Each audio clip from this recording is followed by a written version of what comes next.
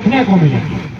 और जो भी चीजें आज ये खेल के मैदान से सीखेंगे, इनका उपयोग ये अपने निजी जीवन में भी नहीं, अपितु सामाजिक जीवन में, इस राष्ट्र के हित में, इस राज्य के हित में, इस मानव के कल्याण के हित में शायद उसका उपयोग कर सके। तो आज युवाओं के बीच उपस्थित हूँ, और जहाँ तक खेल के मैदान का सवाल है, और जहाँ तक इस ग्राउंड का सवाल है, क्योंकि हम कोलियरी साइड में खड़े हैं, तो जो लोग कोलियरी साइड में वे लोग शायद इस वाक्य से वाकिफ होंगे।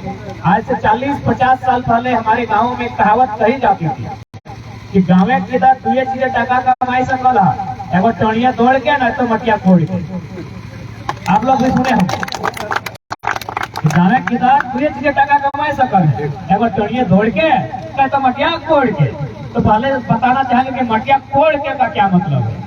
मटिया कोड़ने का मतलब है, आज से 40-50 साल पहले आप पीछे चले जाइए, हमारे गांव के लोग, हमारे दादा लोग, नाना लोग जो हैं आज भी, वे लोग एक घोड़ा लेके, एक सब्बल और कैता लेके मिट्टी काटने के लिए निकले थे।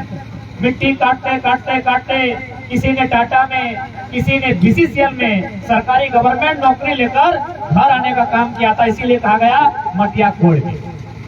वो काटने गया था माटी, लेकिन उसको गवर्नमेंट जॉब मिला था काटते काटते। मेरा 3 को नाना को इसी प्रकार जॉब लगा था। मिट्टी काटते काटते साहब लोग का नजर में आया, उन लोग को उठा के ले गया और कोयला कटवा कटवा के सरकारी नौकरी दे दिया। तो ये हो गया मटिया कोड़ के। और एक लाइन मैंने कहा टणिया तोड़ के। तो आप फिर से याद कीजिए 40 साल 50 साल पहले, आप याद कीजिए अपने गाँव को। आपके गाँव में जो सबसे पहली सरकारी नौकरी किसी ने मेहनत से लिया होगा, वो कलम से नहीं दौड़ के लिया। बाकी अनुकंपा में लिया होगा, बाप के बदले नौकरियां बहुत सारे लोगों ने लिया होगा, पोस्ट ऑफिस में, मास्टर तो खैर बहुत बाद में बने। बाकी जो भी अनुकंपा की नौकरियां हैं उन्होंने लिया होगा। लेकिन अगर मेहनत से कहा जाए, यदि गांव के लोगों ने नौकरी करना आगाज किया है, तो कहीं ना कहीं चपरासी, हवलदार, छोटा मोटा पुलिस, आखिर आज समय बदला है, आज वीडियो भी बने हैं। तो ये कहावत कही जाती थी कि मटिया कोड़ के ना तो टणिया तोड़ के, और हम फिलहाल कहा टणिया तोड़ के। आज भी जो नौजवान हैं, वो जो पहला वैकेंसी रखते हैं अपने दिल और दिमाग में कि हमको बनना क्या है, हमको क्या करना क्या है, तो कहीं ना कहीं डिफेंस होता है। मैं अपनी अगर खुद की बात करूं, तो हम भी जब हम लोग 6ठी क्लास 7वीं क्लास में थे, तो हम लोग के दिल दिमाग में यही चलता था, उनको एक्स्ट्रा दौड़ने की जरूरत नहीं पड़ेगी। इसीलिए जो भी युवा यहाँ आए हैं, अपने जीवन में किसी न किसी एक आउटडोर गेम को हिस्सा बनाकर रखेंगे कि क्रिकेट का मैदान एक नौजवान को क्या क्या सिखा सकता है। आपको याद होगा और आप जानते हैं, भारत देश में क्रिकेट ही सबसे ज्यादा लोकप्रिय है। और भारत में सबसे पहले 1983 25 या 26 जून 1983 लॉर्ड्स के मैदान में पहली बार क्रिकेट का वर्ल्ड कप कपिल देव के नेतृत्व में जीतने का काम किया था। आप लोग जानते होंगे या तो पढ़े होंगे, और कुछ लोग ऐसे भी हैं जो उस समय से यहाँ।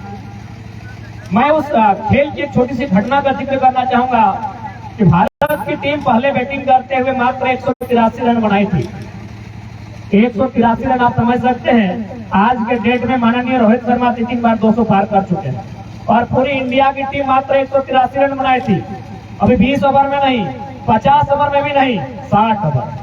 उस समय 60 ओवर का खेल होता था, यानी 360 बॉलों के मैच में इंडिया की टीम ने मात्र 183 यानी आधा, यानी आराम से एक ओवर में 3 रन वेस्ट इंडीज को बनाना था, वेस्ट इंडीज आराम से मैच को जीत जाती। यही नहीं, उस समय क्योंकि इंडिया की टीम पहली बार किसी बड़े क्रिकेट के बड़े खेल के फाइनल में पहुंची थी, तो जो ब्रिटिश गवर्नमेंट थी इंग्लैंड, उन्होंने भारत की जितने भी खिलाड़ी हैं उनके रिलेशंस को, खासकर जो भी धर्म पत्नी है, उनको फ्री में टिकट दिया था कि आप लंदन चले आइए और अपनी टीम का सपोर्ट करें, क्योंकि इंडिया की टीम पहली बार वर्ल्ड कप का फाइनल खेल रही है।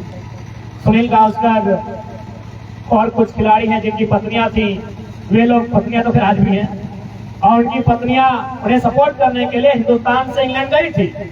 लेकिन जब इंडिया की टीम ने मात्र 183 रन स्कोर किया, अर्धांगिनी, पत्नी को अर्धांगिनी कहा जाता है, दुनिया साथ दे या ना दे, कम से कम पत्नी को साथ खड़ा रहना चाहिए। लेकिन उस समय आपका ट्रांजिस्टर हुआ करता था, ट्रांजिस्टर रेडियो बंद कर दिया कि अब तो चांस ही नहीं है कि इंडिया जीत पाएगा। और साथ साथ उनकी पत्नियों ने भी जो टिकट उनको फ्री में मिला था इंग्लैंड के गवर्नमेंट की ओर से, उन्होंने आधे दाम में बेच दिया और लंदन का शॉपिंग करने के लिए चली गई। लेकिन जब शाम को वापस आई तो नजारा कुछ और था। 22 साल के युवा कप्तान कपिल देव के हाथों में उस समय क्रिकेट की सबसे बड़ी ट्रॉफी। यानी आपने क्या सीखा? दुनिया, पूरे हिंदुस्तान ने आपको साथ देना छोड़ दिया था।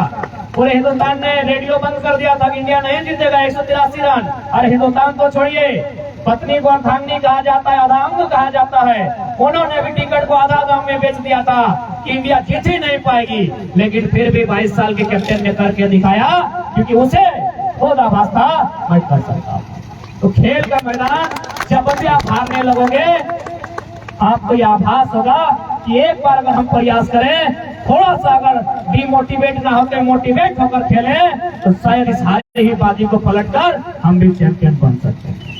यही खेल के मैदान का और विशेष ज्यादा नहीं समय, क्योंकि हम लोग को भी बोकारो होते फिर जमशेदपुर के लिए निकलना है, फिर कभी आपके यहाँ आगमन होगा, तो निश्चय ही अपनी बातों को हम रखेंगे। और राज्य में जो आज परिस्थिति है, आप देख सकते हैं कि आज जिन युवाओं के हाथों में ये क्रिकेट का बल्ला है, हम चाहेंगे इस देश की बागडोर भी एक दिन इन हाथों में आनी चाहिए, इस राज्य की बागडोर इन हाथों में आनी चाहिए। क्योंकि आज जो खेलने वाले नौजवान हैं, कहीं ना कहीं एक दिन ये नियोजन के लिए जाएंगे, इन्हें घर परिवार चलाने के लिए छोटी सी नियोजन की आवश्यकता होगी, लेकिन झारखंड राज्य में एक नियोजन नीति नहीं बन पाई। 22 साल का झारखंड राज्य, हमारे छात्र पढ़ने के लिए हजारीबाग जाते हैं, बड़ी मुश्किल से पैसा एकत्रित करते हैं, खेती बाड़ी करके। तो कोई परिवार ऐसा होता है अपने गहने गुड़िये को गिरवी रख के अपने बच्चों को हजारीबाग, जमशेदपुर, बोकारो, धनबाद भेजते हैं, और 5 साल बाद अथाह संघर्ष, कड़ी मेहनत, कुछ बाल झड़ जाते हैं, कुछ आंखों की रोशनी चली जाती है, और पता चलता है झारखंड में नियोजन नीति रद्द कर दी जाती है। इसलिए आज जितने भी नौजवान हैं जो आज बल्ला थामे हैं, उन्हें इस राज्य की बागडोर को थामने के लिए कमर कस के आगे आना होगा, और समय के साथ इस राज्य में बदलाव कैसे होगा, इस पर आपको चिंतन मंथन करना होगा। जयराम माता जिंदाबाद, जो भी दो टीमें खेल रही है, चासनाला और झरिया की टीम की बल्लेबाजी को हमने देखा। हम लोग भी छोटा जब थे तब प्लास्टिक बॉल खेलते थे, और खिलाड़ी हम आज भी हैं, लेकिन क्या करें, नियति हमको चुनकर ऐसा जगह लेकर आई है कि आज साल भर से हमको नहाने तक का फुर्सत नहीं है। आज हमको लग रहा है 18 तारीख होगी, हम 2 दिन आए। बस राज्यवासियों के सामने एक मैसेज लेके जाते हैं, पढ़ने वालों के साथ बैठ के बात करते हैं, नौजवानों के साथ बात करते हैं कि क्या करना है इस राज्य का, किसानों के साथ मिलकर चर्चा करते हैं इस राज्य को कैसे इसकी दिशा और दशा को तय करना है। बाकी सबको मेरा जोहार रहेगा कि झारखंड की गलियों से एक आवाज आया है, उठो नौजवानों, फिर से इंकलाब आया है। जोहार, जय हिंद।